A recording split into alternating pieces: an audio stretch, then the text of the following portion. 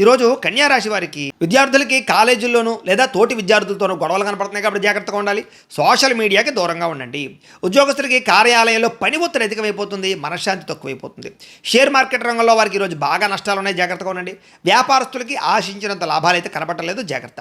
స్త్రీలకి అనుమానపు ఆలోచనలు పెరుగుతాయి, ముఖ్యంగా భర్తకి పరస్త్రీ వ్యామోహం ఏదైనా ఉందేమో అని అనుమానం, దీనివల్ల గొడవలు కనపడుతున్నాయి, జాగ్రత్తలు తీసుకోండి. విదేశాల్లో ఒంటరిగా ఉండేవారికి అక్కడ ఒంటరితనం వల్ల తప్పుడు ఆలోచనలు లేదా వ్యసనాలు అలవాటయ్యే అవకాశం ఉంది కాబట్టి విదేశాల్లో ఉండేవారు కొంచెం ఎవరితోటైనా సరే మాట్లాడండి. ఇంకా ధనం సంపాదించాలనే ఆశతోటి ఆరోగ్యాన్ని నిర్లక్ష్యం చేయడం, తినే ఆహారం పట్ల వ్యాయామం పట్ల శ్రద్ధ తగ్గడం కనపడుతుంది, శ్రద్ధ పెట్టండి.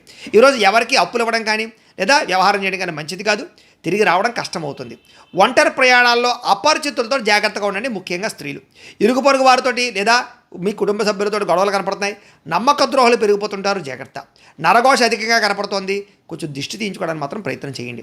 జ్వరము, తలకాయ నొప్పి, నడు నొప్పులు, మెడ నొప్పులు, సీజనల్ వ్యాధులు వీటిని బారిన పడే అవకాశం కనపడుతుంది కాబట్టి బయట మంచినీళ్ళు తాగేటప్పుడు జాగ్రత్త, ఆహారం విషయంలో జాగ్రత్త. ప్రేమికులకి ఒకరికొకరి మధ్య అభిప్రాయ భేదాలు రావడంతో పాటుగా ఇబ్బందులు కనపడుతున్నాయి. ఈరోజు కుటుంబంలో బాధ్యతలు పెరగడం వల్ల అధిక ఖర్చుల వల్ల మానసిక వేదనకు గురయ్యే అవకాశం కనపడుతుంది. ఎందులోనైనా పెట్టుబడులు పెట్టేటప్పుడు మాత్రం 1కి 10 సార్లు ఆలోచించి పెట్టుబడులు పెట్టండి. విలాసవంతమైనటువంటి జీవితాన్ని గడుపుతారు. సెల్ ఫోన్లు లేదా వాహనాలు కొనుగోలు చేసే ప్రయత్నాల వల్ల ధన నష్టం కనపడుతోంది. అప్పులు చేసి పెట్టేటటువంటి పెట్టుబడులు ఇబ్బందులు కనపడతాయి, జాగ్రత్తలు తీసుకోండి. శివుడు అంటే మీకు ఇష్టమైతే కనుక ఆయన్ని తలుచుకుని ఒకసారి లైక్ చేయండి, ఆయన ఆశీస్సులు లభిస్తాయి. అలాగే రేపటి రాశి ఫలం కూడా మీకు రావడానికి సబ్స్క్రైబ్ చేసుకుని ఫాలో అవ్వండి. ఇక్కడ కనపడుతున్నటువంటి ఈ లింక్ మీద మీరు క్లిక్ చేసినట్లయితే ఈరోజు ఇంట్లో శివుడికి ఎలా పూజ చేసుకోవాలో వీడియో వస్తుంది. ఆ వీడియోని ఎదురుగుండా పెట్టుకుని మీ ఇంట్లో ఈరోజు శివ పూజ చేసుకోవడం వల్ల మీకు ఈరోజంతా శుభప్రదంగా ఉంటుందని తెలియజేస్తూ లైక్ చేయడం మాత్రం మర్చిపోకండి. స్వస్తి.